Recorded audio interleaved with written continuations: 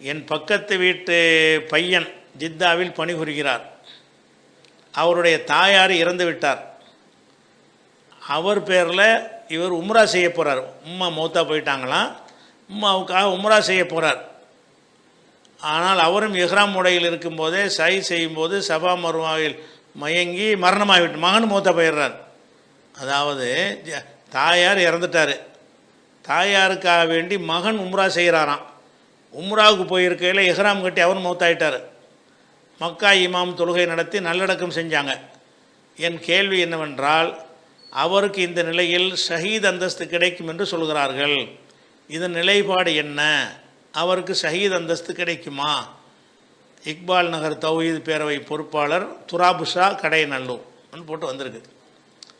இப்போ இதில் ஒரு அடிப்படையான ஒரு விஷயத்தை நம்ம விளங்கிக்கணும்.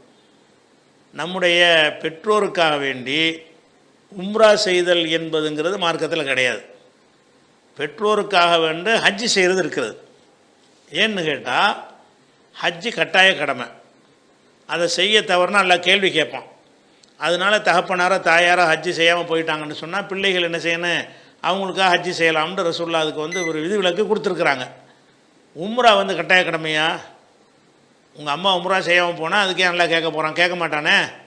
அவங்களே கேட்க மாட்டாங்கும் போது அவங்களுக்காக இந்த பையன் போய் செய்ய வேண்டிய தேவையற்ற வேலை அவர் செஞ்சுருக்கிறார். அவருக்கு வேண்டாம் அது நன்மை கிடைக்கலாமே தவிர, அவருடைய எண்ணத்தை பொறுத்து கிடைக்கலாமே தவிர, அவர் அவருக்கு தான் உம்ரா செய்யணும். ஏன்னு கேட்டால், அவர் பெற்ற தாயாருக்கு எல்லா கேள்வியும் கேட்க மாட்டான். உபரியான வணக்கங்கள்லாம் நீங்கள் சேர்த்து வைக்க முடியாது. கட்டாய கடமை தான். உபரியாக உள்ள செய்கிறாத தான தர்மங்கள் தான் செய்யலாம். தான தர்மங்கள் மூலமாக பெற்றோருக்கு என்ன செய்யலாம்? நன்மை சேர்த்து வைக்கலாமே தவிர, சுன்னத்தான நஃபிலான வணக்கங்களை எல்லாம் என்ன செய்யக்கூடாது? அவங்களுக்காக வேண்டி நீங்கள் செய்யக்கூடாது.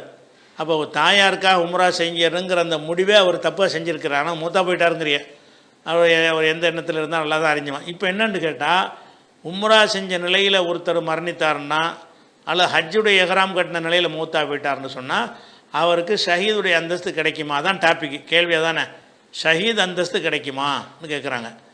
ஷஹீத் அந்தஸ்தை பொறுத்த வரைக்கும் பல காரியங்களுக்கு ஷஹீத் அந்தஸ்துன்னு வருகிறது.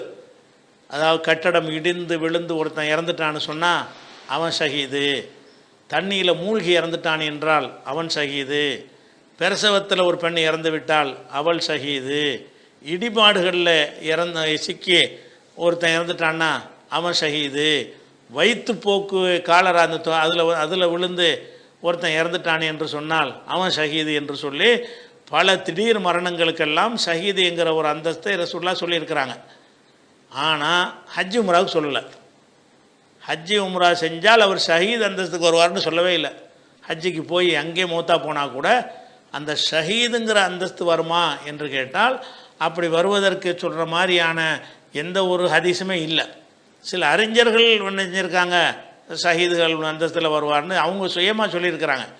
அப்படி ஹதீஸில் ரசூல் ஸல்லல்லாஹு அலைஹி வஸல்லம் அவர்கள் யார் ஹஜ்ஜிக்கு போய் அந்த பயணத்தில் இறந்து விட்டானோ அவன் ஷஹீது, உம்ராவுக்கு போய் அந்த இடத்துல இறந்துட்டானோ அவன் ஷஹீது அப்படின்னு இல்லை. ஆனால் ஹஜ்ஜிக்கு உம்ராவுக்கு போய் இந்த கேட்டகிரியில் இறந்துருந்தாங்கன்னா ஷஹீதாக வருவாங்க. எந்த கேட்டகிரி? அங்கே போய் மூழ்கி செத்து போயிட்டான். ஹஜ்ஜி உம்ராவுக்கு போய் வீட்டில் இருந்து செத்தாலும் ஷஹீதாகிடுவானே. ஹஜ்ஜி உம்ராவுக்கு போய் ஒரு கட்டடம் இடிஞ்சு விழுந்து ஒரு செத்து போயிட்டான். அந்த மாதிரி ஒரு நெரிசலில் சாவுவாங்கள்னு அந்த கல்லறிய போகும்போது அது மாதிரி பாலம் உடஞ்சி விழுந்து அந்த மாதிரியான விபத்துகளில் இருந்தாங்கன்னா அதன் காரணத்தினால ஷஹீத். ஹஜ்ஜினாலண்டு இல்லை, அந்த திடீர் மரணத்தின் காரணமாக அவங்களுக்கு அந்த தரஜா இருக்கே தவிர, ஹஜ்ஜி உம்ரா நிலையில் இறந்தாங்கன்னு சொன்னால் அவங்களுக்கு ஹஜ்ஜி இது ஷஹீதுடைய அந்தஸ்து இருக்குது என்ற ஒரு ஹதீஸும் இல்லை. ஆனால் எப்படி இருக்குன்னா ரசூலுல்லாஹ் சொல்கிறாங்க, ஒரு மனிதர் அரஃபாவில் இருக்கும் பொழுது வாகனம் கீழே தள்ளி விட்டு அவனை மிதித்து சாவடிச்சு பிடிச்சி. அப்போ ரசூலுல்லாஹ் சொல்கிறாங்க, எகுசிலஹு பிமாயின் வசித்ரின், தண்ணீராலும் இலந்தை இலையை போட்டு அதை கொதிக்க வைத்து அந்த தண்ணீரால் குளிப்பாட்டுங்க. ஓ கஃபினூஹு ஃபி சௌபைனி, அவரை 2 ஆடையில் என்ன செய்யுங்க, கஃன் இடுங்க, அவருடைய தலையை மூடாதீங்க. ஏனென்றால் கியாம நாளில் ஃபைன்னஹு யுபாசு யௌமுல் கியாமத்தி முலப்பியன், கியாம நாளில் தல்பியா சொல்லிக்கொண்டே எழுப்பப்படுவார். லப்பைக் லப்பைக்னு சொல்லிக்கிட்டே அவர் எழுப்பப்படுவார் அப்படிங்கிற ஒரு அந்த அந்தஸ்து கிடைக்கும். இது புகாரில் 1266, 1267, 1850, 1851, 1265 இவ்வளோ இடங்கள்லாம் இருக்கிறது. இந்த அந்தஸ்து இருக்கிறது.